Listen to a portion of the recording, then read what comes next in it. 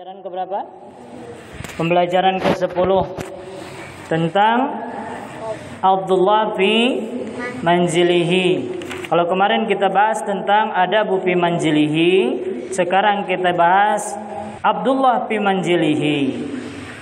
Yang mana ini sesuatu misal atau sesuatu contoh yang sebaiknya kita tiru. Bagaimana kisahnya Abdullah di dalam rumahnya, apa yang Abdullah lakukan di dalam rumahnya, apa yang Abdullah kerjakan setiap harinya di rumahnya. Nah, ini merupakan misal atau contoh yang baik yang mana kalian harus terapkan dan kalian pun harus mencontohnya.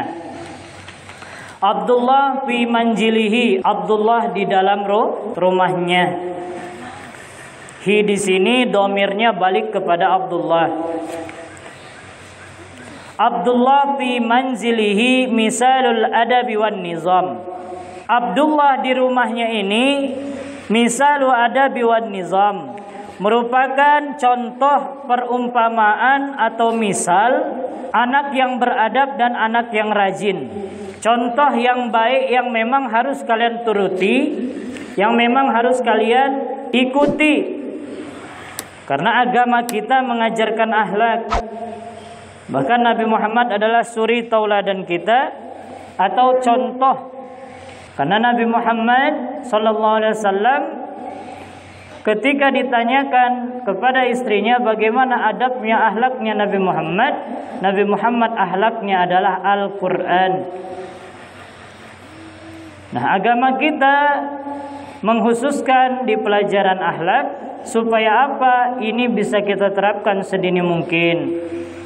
Di bab-bab sebelumnya kita sudah jelaskan, kalau seandainya akhlak yang baik, adab yang baik kita terapkan sedari kecil, maka itu akan menjadi pondasi yang kuat, yang kukuh sampai kalian dewasa. Di adab sebelumnya, di pasal sebelumnya sudah dijelaskan bagaimana Ahmad bersama bapaknya pergi ke kebun dan melihat ada pohon yang bengkok. Melihat pohon yang bengkok, kemudian kata Ahmad, betapa bagusnya pohon ini, tapi sayangnya kenapa wahai bapakku pohon ini bengkok. Lalu kata Bapak Ahmad, kenapa pohon itu bengkok? Karena dari kecil tukang kebun tidak meluruskannya. Lalu kata Ahmad, oh kalau gitu ya Abi, kalau gitu bapakku kita luruskan aja sekarang. Mendengar kepolosannya Ahmad, bapaknya ketawa. Ya nggak bisa anakku, karena pohon ini sudah besar, rantingnya sudah kuat. Kalau seandainya kita luruskan, maka yang akan terjadi dia akan patah. Maka dari itu nasihat dari bapaknya, adab kebiasaan yang baik itu harus diterapkan dari sedari kecil. Karena itu akan terus ada di diri kalian sampai kalian dewasa.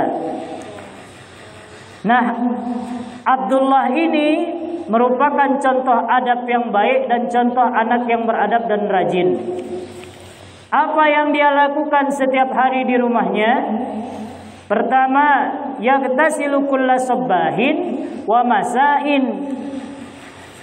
Yaghtasilu, dia selalu mandi, kulla sabbahin, setiap pagi-pagi, wa masain, dan sore hari.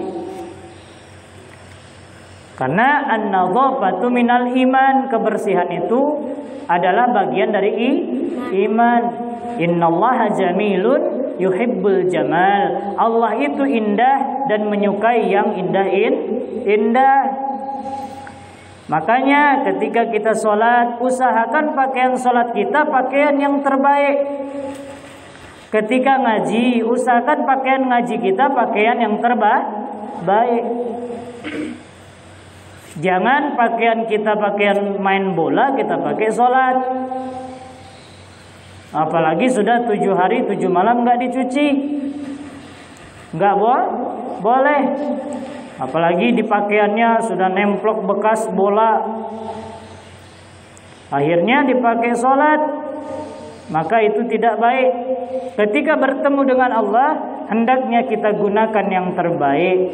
Kalau ada parfum di rumah yang non alkohol, pakai disemprot. Kalau parfumnya semprot, kalau parfumnya oles, dioles. Jangan parfum oles disemprot. Parfum semprot dioles. Selain dia sering bangun pagi, mandi pagi-pagi dan sore hari, wa yaghtaniya binadhafati malabisihi wa kutubihi. Abdullah ini senantiasa bersungguh-sungguh binadhafati malabisihi, dalam membersihkan pakaiannya, wa kutubihi, dan buku-bukunya. Pakaian itu harus bersih. Apalagi sekarang masa pandemi. Masa pandemi ini kita dianjurkan dengan kuat untuk hidup lebih bersih. Sebenarnya sebelum masa pandemi pun agama kita sudah menganjurkan kita hidup bersih. Bahkan salah satu syarat untuk melaksanakan sholat itu, kita harus bersih daripada najis-najis, baik itu di badan, makan, maupun sawab, baik itu di badan kita, di tubuh kita, dimakan atau di tempatnya, tempat sholat kita, dan di sawab atau di pakaian kita. Makanya sebelum sholat perhatikan dulu baju kalian, ada enggak kotoran yang nempel. Kalau sudah bersih, perhatikan badan kalian juga sebelumnya, perhatikan ada enggak nempel kotoran. Kemudian perhatikan juga tempatnya, tempat kalian sholat, ada enggak di bawahnya itu kotoran. Nah, Abdullah ini dia selalu bersungguh-sungguh dalam merapikan atau membersihkan pakaian dan kitab-kitabnya.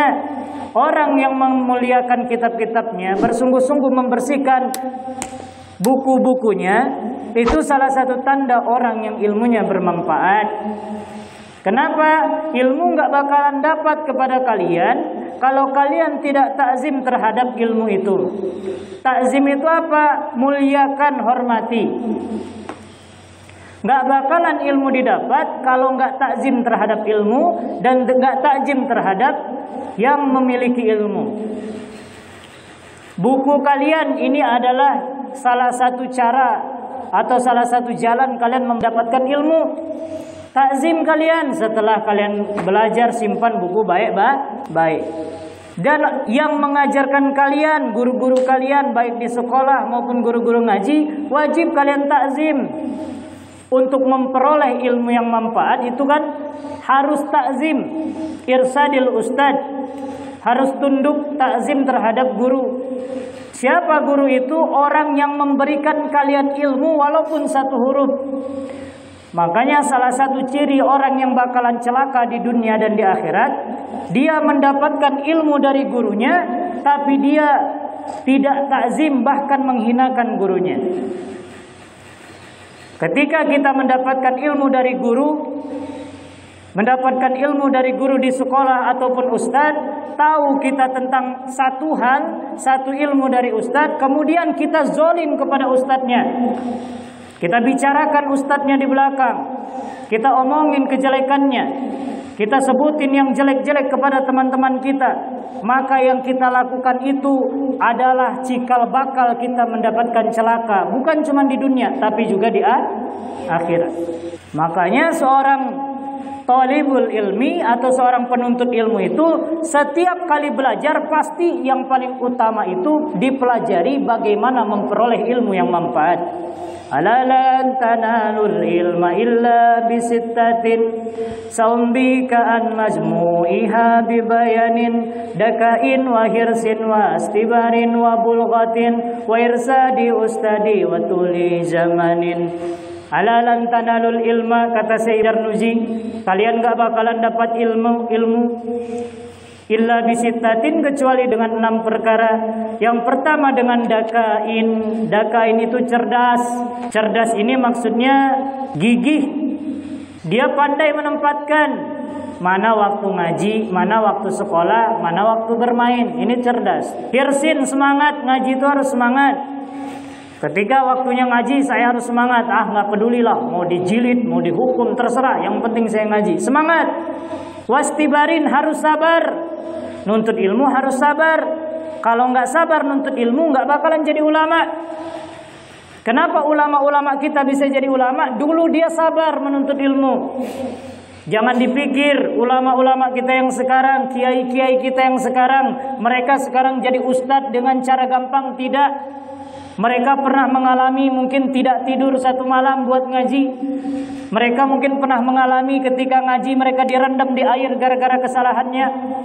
Mereka mungkin ketika ngaji pernah dijilid atau kena hukuman lainnya, dirotan misalkan, atau disuruh menghormati bendera ketika ngajinya. Mereka selalu sabar ketika menuntut ilmu. Jangan sampai kalian lemah dan patah semangat ketika kalian mengaji ilmu. Baik itu ketika kalian mendapatkan teguran, hukuman, jangan sampai dimasukkan ke dalam hati. Anggap itu adalah nasihat, booster atau menjadi motivasi kalian sehingga nanti kalian menjadi orang yang sukses. Wabulghatin, harus ada bekal. Nuntut ilmu harus ada bekal. Bekalnya apa? Salah satunya pulpen, buku. Ini harus disiapkan. Ibarat kita pengen perang melawan kebodohan. Kalau kita pengen perang, nggak bawa senjata, bukannya mati syahid, justru mati konyol. Tapi kalau kita perang sudah siap senjatanya, misalkan kita sudah siap pedang, sudah siap perisai, atau kalau zaman modern ini kita sudah siap senjata, baik itu AK-47, FAMAS misalkan, MP40 kita udah siapkan. Jangan lupa amunisinya atau pelurunya kita sudah siapkan. Granat juga sudah kita siapkan. Glowalnya kita siapkan. Sudah kita siapkan semua nih. Baru kita perang. Ini senjata nggak ada, peluru cuma 1, musuh 50. Masih mending kalau satunya nggak meleset. Kalau sudah siap semuanya, maka kita barulah berjuang untuk melawan musuh. Kita menuntut ilmu ibarat sedang berjuang melawan kebodohan. Siapkan kita senjatanya, buku, pulpennya. Kalau kalian ngaji di pesantren misalkan, siapkan bekalnya. Apa bekalnya? Baik biaya pendaftarannya, biaya bukunya, biaya makannya, itu disiapkan. Ketika orang tua kalian memesantrenkan kalian, mereka habiskan duit mereka untuk mesantrenkan kalian, maka setiap duit yang mereka habiskan itu menjadi pahala yang sangat besar untuk mereka. Kenapa? Karena mereka sudah melaksanakan kewajiban. Karena menuntut ilmu itu wajib hukumnya. Bukan cuma ketika kita masih muda, sampai kita tua pun wajib menuntut ilmu. Wa irsadi ustadi, dan ikut petunjuk guru, takzim kepada guru. Jangan sampai kalian hilangkan budaya salam-salaman dengan guru. Salam kepada guru, cium tangannya. Ketemu sama guru, baik ibu atau bapak guru, Pak, Bu, assalamualaikum, cium tangannya. Salam yang baik yang diajarkan oleh para ulama kita itu dicium tangannya. Bukannya pakai pipi. Pakai pipi kayak orang cepika-cepiki di tangan. Tapi dicium tangannya. Bahkan ketika abang mesantren dulu, setiap selesai ngaji itu berebutan untuk nyium tangan ustadz. Ketika nyium tangan ustadz, kami usahakan cium itu yang lama. Disedot tangannya. Bukan disedot darahnya. Kenapa kita hirup tangannya? Kita nggak tahu masuk surga kita lewat pintu apa. Kalau kita rajin sholat, sering sholat malam, insya Allah masuk surganya lewat pintu sholat. Ketika kita rajin puasa, masuk pintu surganya melalui pintu puasa. Misalkan nggak ada yang lain amal ibadah kita, kalau kita sering sodakoh, masuk dari pintu sodakoh. Nggak ada amal itu. Minimal amal kita adalah menghormati guru kita. Wa tuli zamanin, dan terakhir nuntut ilmu itu harus tulu zaman. Waktunya panjang. Nggak cukup 1 tahun, 6 tahun, 12 tahun. Nuntut ilmu itu waktunya panjang. Karena muara ilmu itu tidak terbatas. kalian baktikan seumur hidup kalian untuk menuntut ilmu, maka nggak bakalan sampai kalian memenuhi ilmu apapun itu. Ilmu fikih kalian pelajari seumur hidup, maka fikih kalian, ilmu fikihnya masih banyak lagi yang harus kalian pelajari. Lanjut ke kitabnya. Kemudian si Abdullah ini wa yudha'uha murattabatun fi mahalli khasin. Setelah dia rapih atau sering membersihkan pakaian dan buku, dia juga meletakkan bukunya di mahalli khasin, di tempat yang khusus. Kalian di rumah ada lemari buku? Ada yang punya, ada yang tidak. Tapi ada tempat untuk menyimpan buku. Kalau ada tempat untuk menyimpan buku, simpan di tempat itu, biasakan. Ini bukunya jangan sampai sembarangan. Jangan sampai nyimpan seenaknya. Nyimpan di dalam magicom, ya hangus bukunya. Pakaian nyimpan di tempat pakaian. Jangan pulang sekolah pakaian dilepas, dilempar ke mamanya. Nauzubillah min dzalik. Pakaian dilempar. Besoknya bingung, "Mak, mana pakaian sekolahku?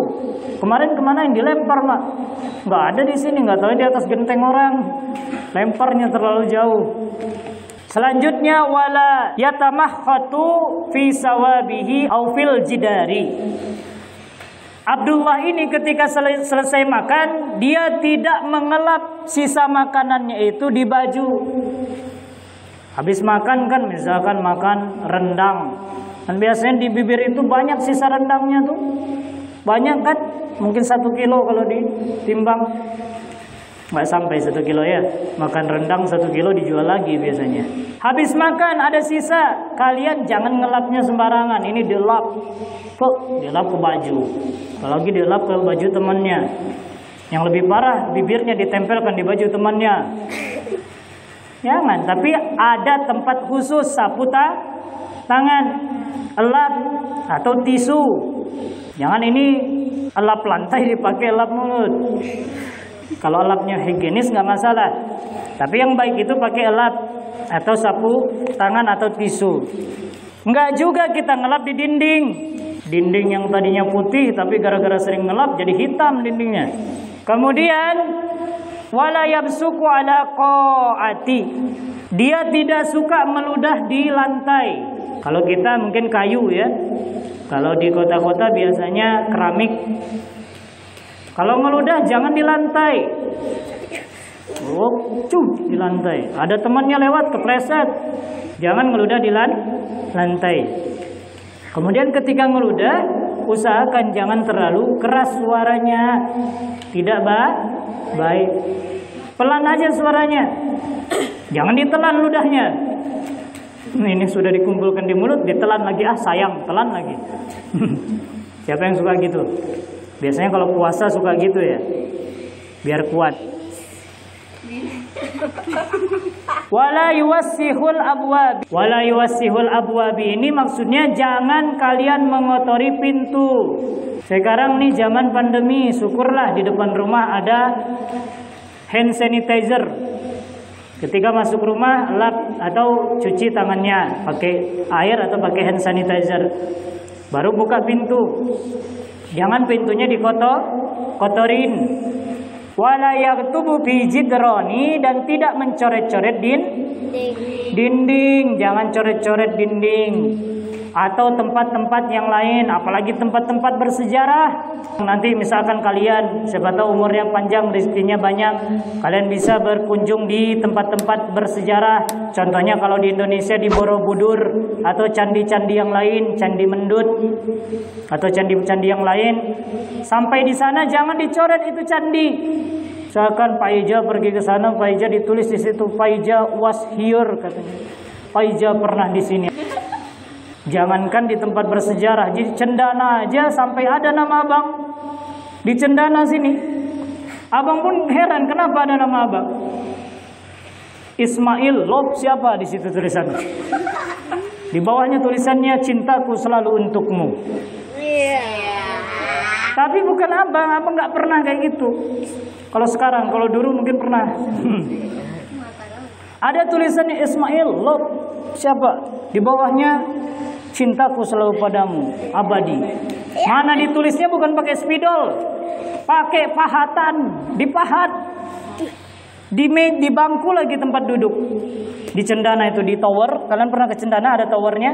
Nah itu kalau tak salah di situ ada nama-nama banyak orang.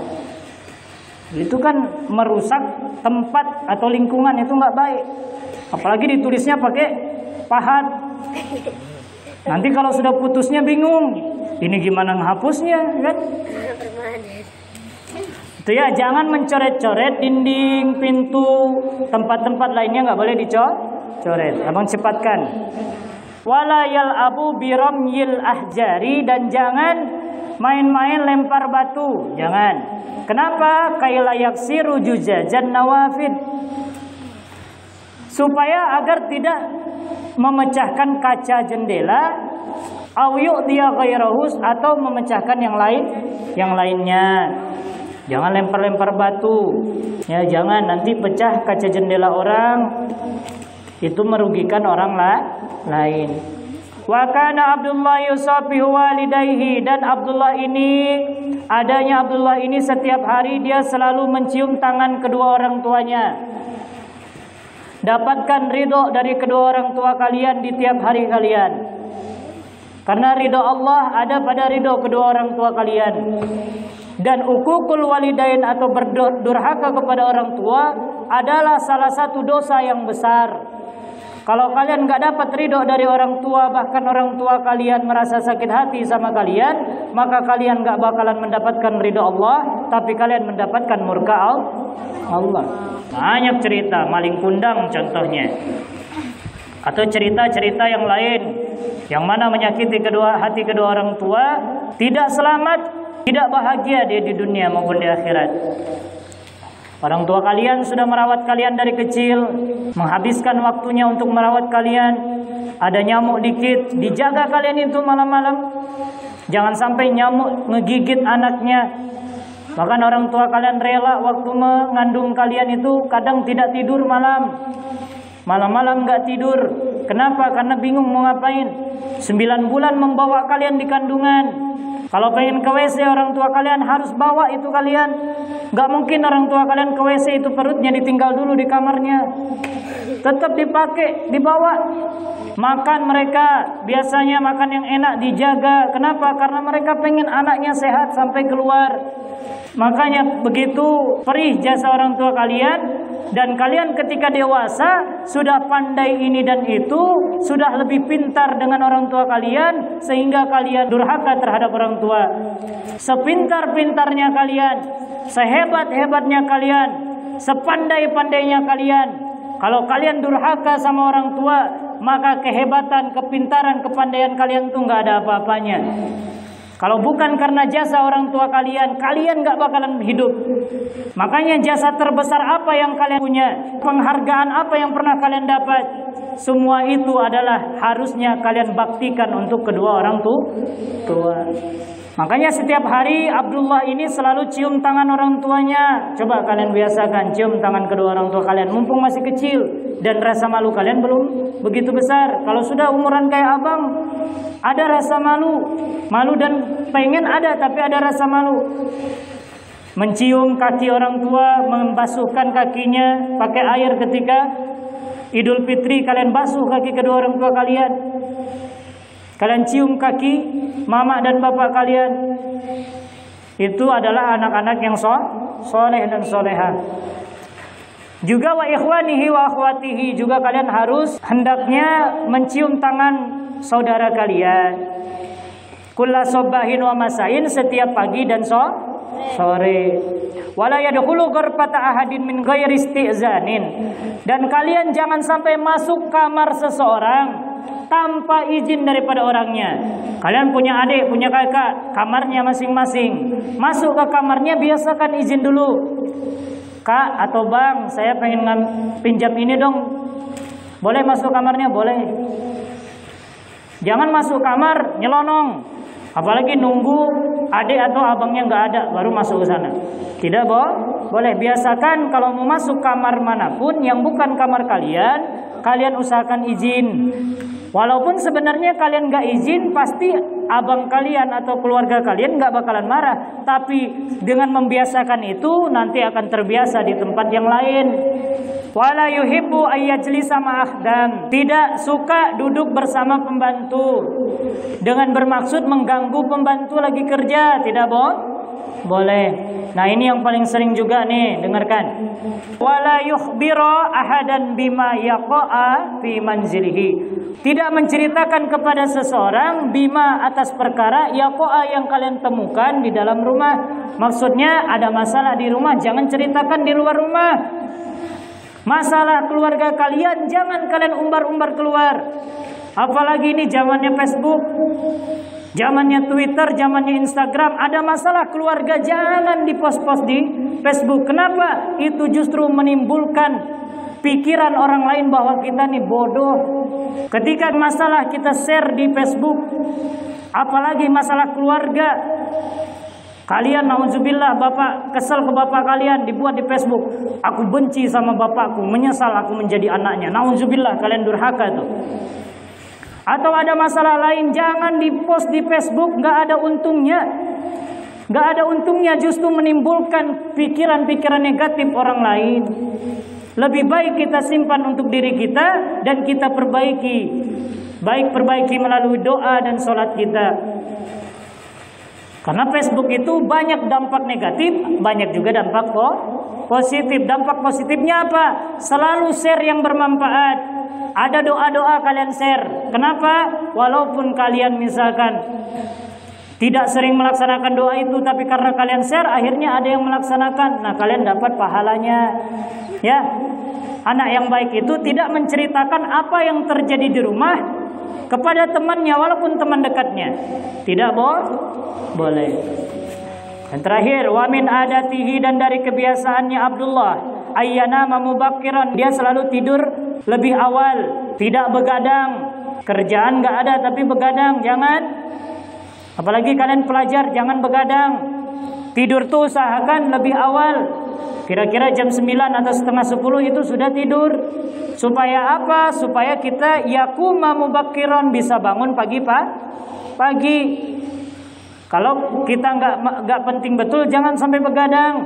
Makanya dengarkan lagu lama, lagu Bung Haji Roma Irama. Bila terlalu sering begadang, muka pucat karena darah berkurang, kan gitu. Tenonet gitu kan. Kalau sering begadang itu muka kita pucat, darah kita berkurang. Biasanya kalau suka begadang matanya pun hitam, lemas bawaannya. Kecuali kalau memang penting untuk begadang dan memang diharuskan begadang, ya nggak masalah. Wa yuhafizu ala salawatihi, dan dia selalu menjaga salatnya. Jaga salat kalian. Karena Rasulullah menjelaskan perjanjian di antara umat Islam dan orang kafir itu salat. Al-ahdul ladzi bainana wa bainahumus salat, kata Rasul, perjanjian antara orang Islam dan orang kafir itu salat. Makanya kalian jaga salat kalian. Kemudian wa yutali'a durusahu, dia selalu mengulang-ulang pelajaran. Walayal aba, dan tidak bermain illa fi waqtil laib, tidak bermain kecuali di waktu bermain. Waktu ngaji jangan bermain. Waktu ngaji lempar-lempar kertas, ketawa ketiwi, itu tidak boleh. Waktu sekolah misalkan jangan bermain, tapi belajar. Nah, waktu bermain. Waktu serius, waktu bermain. Jangan di waktu bermain serius, waktu serius bermain. Tidak adil, harus adil. Adil itu wad'usaihi fi mahallihi, menempatkan sesuatu sesuai dengan tempatnya. Ya, dikit lagi. Wa yasma'a nasaiha abihi wa ummihi, dan senantiasa mendengarkan nasihat bapak dan mama bapak kalian sering nasihati kalian, dengarkan. Walaupun nasihat itu sering kalian dengar, walaupun tiap hari itu aja nasihatnya, jangan kalian jangan gitu. Tidak boleh. Nasihat dengarkan. Bidzalika, karena telah melakukan semua ini, Abdullah mendapatkan ridho walidayhi, ridho kedua orang tuanya, wa ahli, dan keluarga. Wa ya'isa ma'hum sa'idan masruran, dan Abdullah ini hidup dalam keadaan yang riang dan gembira. Nah, itulah adab ketika di rumah, yang mana musannif di sini Syekh Umar bin Ahmad Baroja menceritakan tentang Abdullah di rumahnya. Mudah-mudahan kita bisa terapkan, ya, kita praktekkan di rumah kita. Jadilah anak-anak yang beradab, karena kalau kalian menjadi anak yang beradab, kalian akan memperoleh ridho dari Allah, ridho dari kedua orang tua, keluarga kalian, dan kalian mendapatkan ridho dari seluruh manusia dan alam sekitarnya. Mudah-mudahan bermanfaat. Wallahu a'lam bishawab. Rabbin fa'ana bima 'allamtana fi 'alimna